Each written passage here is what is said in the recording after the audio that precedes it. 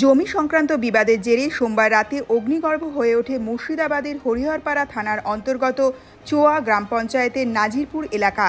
একটি বিতর্কিত জমি কার দখলে থাকবে এই নিয়ে বিবাদকে কেন্দ্র করে এলাকায় মুহুর্মুহুর বোমা পড়ে এবং বেশ কয়েক রাউন্ড গুলি চালানো হয় বলে অভিযোগ।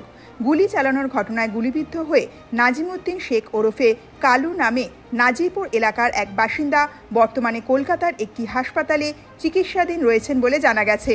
স্থানীয় সূত্রে জানা গিয়েছে, সম্প্রতি নাজিরপুর এলাকার বাসিন্দা নাজিমউদ্দিন শেখ নামে এক বাসিন্দা ওই এলাকায় বেশ কিছু জমি কেনেন, যদিও এই জমিগুলোর মালিকানা নিয়ে দীর্ঘদিন ধরে বিবাদ চলছিল।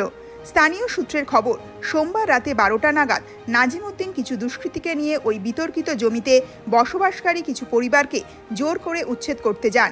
সেই সময় দুপক্ষের মধ্যে সংঘর্ষ বেঁধে যায়। সংঘর্ষের সময় এলাকায় বেশ কিছু বোমা পড়ে এবং কয়েক রাউন্ড গুলি চালানো হয় বলে অভিযোগ। গুলি চালানোর ঘটনায় নাজিমউদ্দিনের পায়ে একটি গুলি লাগে।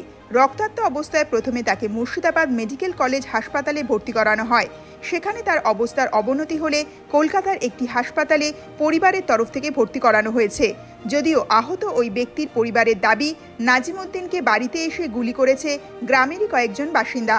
জেলা পুলিশের এক আধিকারিক জানিয়েছেন, সংঘর্ষের ঘটনায় যুক্ত থাকার অভিযোগে কালু শেখ, রিপন শেখ, মনোহর শাহ এবং নজরুল শেখ নামে 4 ব্যক্তিকে আটক করা হয়েছে এবং এলাকা থেকে একটি আগ্নেয়াস্ত্র উদ্ধার করা হয়েছে।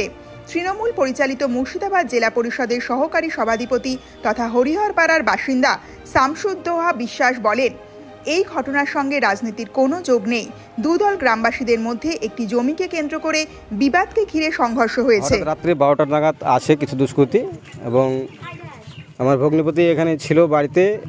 জাস্ট আমার বোনটাকে বলেছে যে লাইটটা অফ করো, ঘুমাবো, এই বলে দাঁড়িয়েছে। সঙ্গে সঙ্গে কিছু বম চার্জ করে। বম চার্জ করাতে আবার ঘুরে এরকম দেখেছে, ওর বাড়ির সামনেই যখন বম চার্জ করে তখন ঘুরেও তাকিয়েছে। সঙ্গে সঙ্গে ওকে স্পটে ফায়ার করে এবং কয়েকজন এসেছিল, সবারই হাতে আগ্নেয়াস্ত্র ছিল। আসার পরে ওরা ফায়ারটা করে এবং সঙ্গে সঙ্গে আমার ভাইটা খাম হয়ে যায়। কিছুটা একলায় দৌড়ে আসেও যে ও আরও ওর ভাইদের কাছে যে আমাকে বাঁচাতে বলে আসে। তখন ওর ভাইরা তুলে হসপিটালে পাঠানো হয় এবং এখন ওকে কলকাতা ট্রান্সফার করা হয়েছে। আর আশঙ্কাজনকভাবে তার বাচ্চা ছেলেপিলে 3টে আছে, তারা আশঙ্কাজনকভাবে আছে। তারা আপনারা দেখুন যে মারার কারণ এখন তো বলতে পারছি না। গ্রামে তো অনেক দিন থেকে কিছু জমি সম্পর্কে ঝামেলা চলছে, আর আপনার ওকে ব্যক্তিগতভাবেও কিছু টর্চার করেছে। সাধারণ ছেলে, স্কুলের ড্রাইভারি করে খায়, সেই ছেলেকে এইভাবে মারা হয়েছে। আর পার্টির একটা বিষয় আছে, যে পার্টিটা ও তৃণমূলের এক পক্ষে করতো, যেটা আপনার এর আগে একই জায়গায় ছিল। তৃণমূলে ছিল, 2টো ছিল এবং থাকার পরে এরা বিভেদ হয় এবং বিভেদ হওয়ার পরে সেটা আমাদের এখানে ওই 2টো কারণই আছে, তাছাড়া আর কিছু বলতে পারছি না। বিভেদটা কী নিয়ে এই মুহূর্তে আমি সেটা বলতে পারছি না। তৃণমূলে কি 2টো এখানে? হ্যাঁ, 2টো হয়ে গেছে। একটা ছিল ওরা এসইউসিআই ছিল, সেখান থেকে নতুন করে কদিন হলো পতাকা ধরেছে।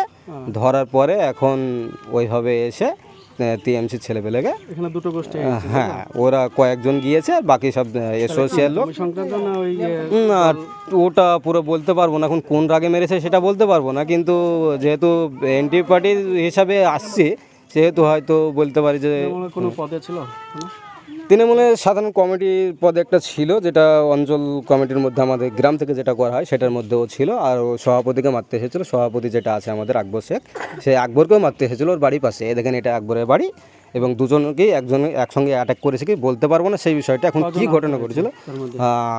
আকবর সঙ্গে সঙ্গে যেভাবে বেরিয়ে যায় এবং আকবর ওকে নিয়ে কলকাতা চলে যায়। বাকি একজনই ওখানে হয়, বাকি আমরা যে যতটা পেরেছি হসপিটালে তুলে গেছি, এটুকুই। আর কিছু বলতে পারছি না, বাকি তো জানি না। প্রচুর আতঙ্কে থাকবেই, কারণ বাচ্চা ছেলে। আমাদের অনেক বছর থেকে, আমাদের বাপদাদাদের আমল থেকে জেনে আসছি, এই গ্রামে কখনো ফায়ার বা কখনো বম ব্লাস্ট হয় না বা হয়নি। সেটা আজ অনেক দিনকার রেকর্ড, প্রায় 70-75 বছর আগেও শুনেছি, যে বাপদাদাদের থেকে শোনা যায় যে কখনো গ্রামে মানুষজন ওদের ভয়ে বেরোতে পারছে না। বেরোলেও একটু লুকিয়ে চড়ে বেরোচ্ছে, যেমন পুলিশ আছে? হ্যাঁ পুলিশ থাকছে, কখনো কখনো একটা গাড়ি আসছে এসে দাঁড়াচ্ছে। কেউ আটক বা গ্রেপ্তার হয়েছে নাকি কাউকে? এতে দুজন গ্রেফতার হয়েছে শুনলাম, তো আমি নাম বলতে পারলাম না এই মুহূর্তে। কি নাম তো? সম্ভবত মুনাহার নাম একজন, আর একজনের রিপন নাম, সঠিক নাম বলতেন না। আমার নাম তাফিজুল শেখ। কি হচ্ছে?